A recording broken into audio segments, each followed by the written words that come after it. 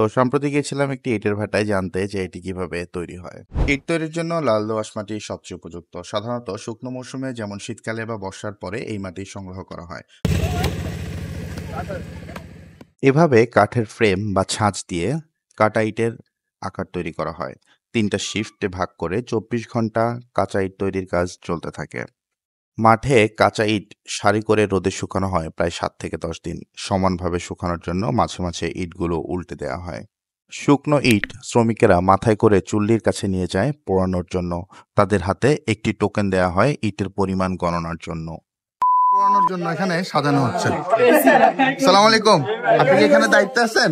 জি না আমরা labour function. আপনার লেবার ফাংশন। এখানে এখন কি করা হচ্ছে চাচা? এখানে আমরা এটা টানতেছি না, এখন ইটগুলোকে এখানে কি পোড়ানোর জন্য রেডি করা হচ্ছে? জি পোড়ানোর জন্য। এই কিন্তু চুল্লির উপরে উঠতে সিঁড়ি ও নির্দিষ্ট পথ ব্যবহার করা হয়। ভুল পথে হাঁটলে চুল্লির ভেতরে পড়ে যাওয়ার আশঙ্কা থাকে সব সময়। চিমনি হলো লম্বা এক পাইপ যা দিয়ে চুল্লির ধোঁয়া বের করা হয়। এটি সাধারণত ইট, সিমেন্ট আর লোহার কাঠামো দিয়ে তৈরি হয়। চুলার উপরের বালিগুলো অনেক গরম থাকে, তাই বালির মাঝে এভাবে আলু পুঁতে দিয়ে তারা আলুগুলো সিদ্ধ করে নেয়। আসসালামু আলাইকুম, আমরা এখানে কাজ করতেছি। আমরা আমাদেরকে জ্বালাই মিস্ত্রি বলে। আমরা আগুনের কাজ করি, কয়লা দিয়ে ইট করি। এটা মানুষে কিনে কেটে নিচ্ছে। আমরা আমাদের এই ইটগুলো দিয়ে মানুষে ঘর করতেছে, বিল্ডিং করতেছে। আমরা ভিতরে কিন্তু আগুন না? যে একটু দেখান তো দেখি আগুনটা। তরন্ত তো পিছনে আরো দ্রুত দেখেন ভালো। এখানে একটু কম আছে, পিছ থেকে ওই মালগুলো ফুরিয়ে আসতেছে। আচ্ছা, আপনি এখানে একটা উঠান তো দেখি। এই সাইড থেকে দেখে।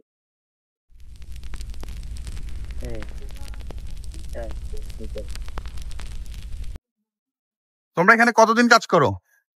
আজকে 3 মাস 20-22 দিন হবে। তোমাদের শুরু হয় কখন? সকাল থেকে কখন থেকে শুরু করো? 3 থেকে 8 ঘন্টা করে ডিউটি ভাগ করা আছে। আচ্ছা, সারাক্ষণ সর্বক্ষণ চলতে থাকে?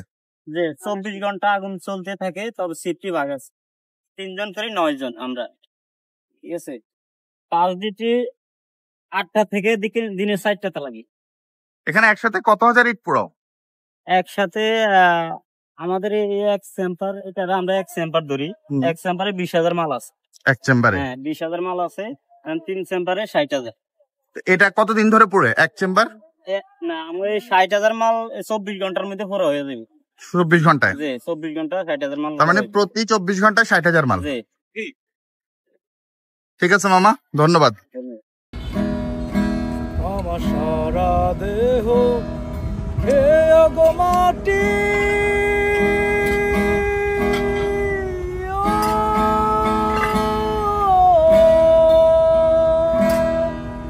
আমার চোখ দুটো মাটি খেও না, আমি মরে গেলেও তারে দেখার সাথ মিটবে না গো, মিটবে না। তারে এক জনমে ভালোবেসে ভরবে না, মনে ভরবে না। আমার সারা দেহ হে গো মাটি।